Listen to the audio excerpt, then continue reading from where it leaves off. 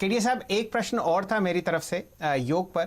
ये बताइए, आप क्या सांस की क्रिया भी प्रैक्टिस करते हैं? क्योंकि जैसा कि हेमंत जी ने कहा, बहुत ज़बरदस्त टेंशन रहता है। और क्या सांस की क्रिया बिना योग करे प्रैक्टिस करनी चाहिए, या कुछ समय योग में अगर आपकी अच्छी तरीके से पकड़ हो जाए, उसी के बाद सांस की क्रिया शुरू करें?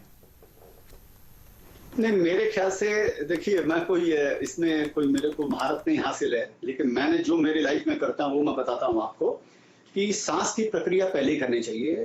पहले सांस को कंट्रोल करना चाहिए। सांस रोकने की स्थिति को आप कितनी देर सांस को रोक सकते हैं, ये बहुत ज्यादा जरूरी है योगा के लिए, आगे भी और अच्छे अच्छे आसन करने के लिए, क्योंकि इसमें सांस का ही कमाल है।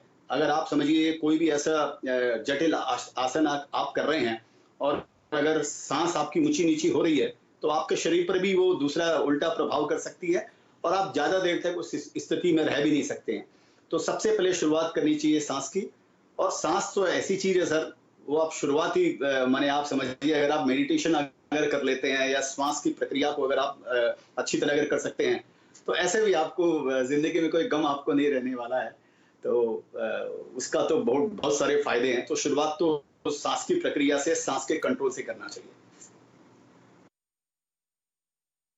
ठीक बात है। तो सर, ये तो आपने बहुत बढ़िया मंत्र बताए और हम कोशिश ये करते हैं कि हर बार योग दिवस सीएनबीसी आवाज पर मनाएं ताकि ज्यादा से ज्यादा लोगों की जिंदगी में परिवर्तन ला सकें। क्योंकि इस बार भी कोविड में देखिए सब लोगों को ये तो समझ में आ गया, जो फिट है वही हिट है। तो जो तंदुरुस्त है, चाहे वो मेंटली फिट हो या फिर बॉडी से फिट हो, देखिए वही कोविड को अच्छी तरीके से फाइट कर रहा है। तो हमारी हाथ जोड़कर विनती यही है, जो लोग देख रहे हैं, केडिया साहब के फैंस और सीएनबीसी आवाज के दर्शक, अगर अभी भी शुरू नहीं किया है तो जरूर करिए शुरू। और अब बात करते हैं बाजार की। केडिया साहब हो और शेयर बाजार की बात ना हो, ऐसा तो हो नहीं सकता। केडिया साहब हालांकि कह रहे हैं वो तो बात रोज होती है, लेकिन केडिया साहब, लोग हमसे कहते हैं कि केडिया साहब को ज्यादा से ज्यादा बुलाइए, पूछिए कैसे इतने बढ़िया बढ़िया शेयर्स आइडेंटिफाई करते हैं। बताइए मार्केट पर सबसे पहले आपका व्यू कैसा है इस समय?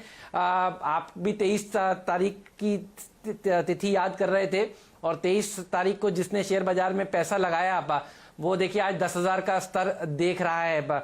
तो उस घबराहट में जिसने अपना आपा नहीं खोया और शेयर बाजार में कन्विक्शन रखा, वो आज देखिए 10,000 का भाव भी देख रहा है। लेकिन अब लोग ये कह रहे हैं 10,000 के बाद क्या? चलिए, तब तो मिस हो गई गाड़ी कई लोगों की। अब क्या करना चाहिए बाजार में? देखिए, 23 तारीख जो है, 23 मार्च, वो तो एक पुण्य तिथि के हिसाब से मनाया जाएगा कि शेयर बाजार के हिस्ट्री के अंदर में।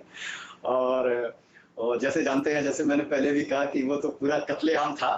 और उसका कारण क्या, पहले जरा से बता दें। जो तो मैंने ऐसे समझा कि क्या होता है सर, हम अचानक बैठे हुए हैं और अचानक कोई बादल गरजता है और बिजली कड़कती है जोर से, तो हम क्या होता है, पहले हम डर जाते हैं। अचानक एक सिरन सी होती है शरीर में, क्या ये क्या हो गया, क्या कोई भूकंप आ गया, कोई भूचाल आ गया, क्या हो गया। जैसे भी बेंगलोर में कोई एयर पॉकेट में कोई विमान गिरा था, अचानक पूरी सिटी हिल गई, पूरा देश हिल गया। तो पहली बार जब ऐसा होता है तो ऐसा झटका लगता है, लेकिन बाद में दूसरी बार होता है तो उतना झटका नहीं लगता। हमको आदत पड़ जाती है कि हाँ भाई ठीक है, ये तो चलो एक प्रक्रिया है। लेकिन जो हुआ वो ऐसे अकस्मात हुआ और इतना उसका जो इफेक्ट था वो इतना ज्यादा था कि सब लोग हक्के बक्के रह गए और किसी को समझ में नहीं आया क्या हुआ और कैसे हुआ और आगे क्या होने वाला है।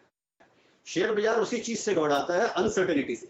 जब हमको किसी चीज का उत्तर नहीं मिलता शेयर बाजार में कि ये जो समस्या है इसका हल क्या है, अगर आदमी के दिमाग में हल अगर वो खोज लेता है तो उसको उसके फल से डर नहीं लगता। लेकिन जब हमको हल नहीं समझ में आता है तो हमको ये समझ में आता है कि कल क्या होने वाला है। तो वो कोविड के कारण 23 मार्च को तो उस दौरान यही हुआ कि लोगों को मालूम नहीं पड़ा कि ये क्या होने वाला है, क्या नहीं होने वाला। अब स्थिति सामान्य हो चुकी है और लोग उस शौक से उभर भी चुके हैं। अब लोगों को समझ में भी आ रहा है कि ये कोरोना हमारी लाइफ के अंदर में एक टैक्स के जैसे है कि हमको देना ही पड़ेगा, कभी न कभी किसी न किसी को आता जाता रहेगा। तो मेरे को लगता है जो 7,500 के जो इंडेक्स हुआ था वो एक हिस्ट्री हो गया अगले 2-4 साल के लिए। मैं रॉन्ग भी हो सकता हूँ, मैं पास्ट में भी कई बार रॉन्ग हुआ हूँ, मेरे कई शेयर पास्ट में भी डूबे हैं, तो वो राइट रिजर्व है मेरे पास में। लेकिन मेरे को लगता है 7,500 का जो इंडेक्स है वो हवा हो गया एक मिनट, तो मैंने कुछ सालों के लिए। तो बाद में तो फिर नया लेवल आएगा, तब नई चर्चा करेंगे। अब जहां तक बढ़ने का सवाल है, और इसके अंदर में एक चीज और हुई कि हिंदुस्तान के जितने भी इन्वेस्टर थे ना सर, नए और पुराने, वो सब चार्टिस्ट बन गए और सब इकोनॉमिस्ट बन गए। सबने एक सुर से बोलना ये चालू कर दिया, इंडेक्स तो भी 6000 हो जाएगा, इंडेक्स तो भी नया बॉटम आएगा, इंडेक्स तो भी नया लो दिखाएगा।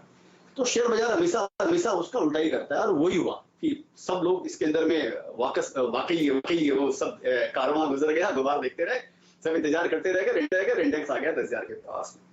अब 10,000 का जो आंकड़ा है, मेरे को ऐसे लगता है कि हम कोविड के पहले भी हमारी स्थिति जो थी, हम स्लोडाउन में चल रहे थे, और कोविड ने हमको और थोड़ा झकझोर दिया है, उससे उभरने के लिए हमको टाइम लगेगा।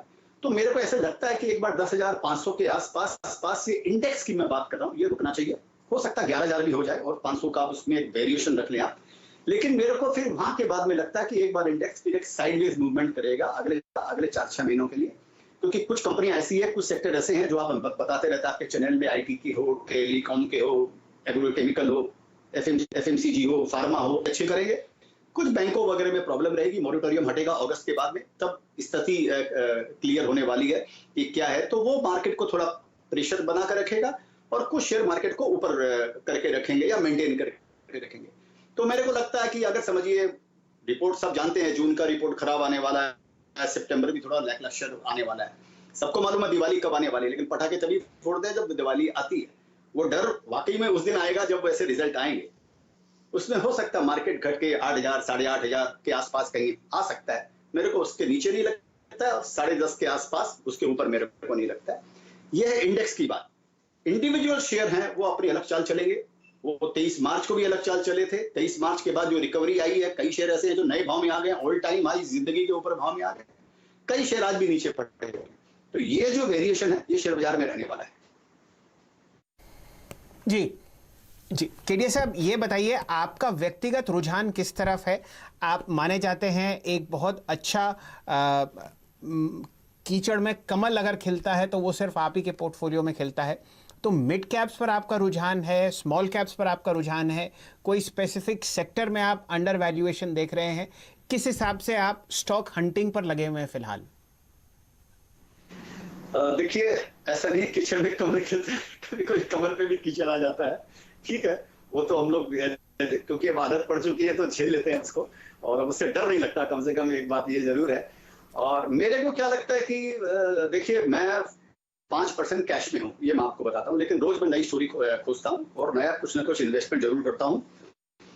और मेरे को लगता है जैसे मीडिया एंटरटेनमेंट कंपनियां जो है, जैसे चाहे आपकी कंपनियां हो, चाहे जी जैसी कंपनी हो, या जो भी मीडिया और एंटरटेनमेंट में है, मेरे को लगता है कि इनको एडवर्टीजमेंट का थोड़ा फर्क पड़ेगा 4-6 महीनों के लिए, लेकिन इसमें सब्सक्रिप्शन की भी अपनी रेवेन्यू है, वो इनको बचा कर रखेगी। इनका धंधा खत्म नहीं होने वाला है, और आगे आने वाले टाइम में ये ठीक करना चाहिए। मेरे को ये अच्छे लगते हैं, आईटी में जो डिजिटल टेक्नोलॉजी है वो मेरे को अच्छे लगते हैं, जो न्यू एज टेक्नोलॉजी जिनको बोलते हैं, कुछ एग्रोकेमिकल के शेयर्स हैं, फार्मा के शेयर्स हैं, मेरे को ये अच्छे लगते हैं।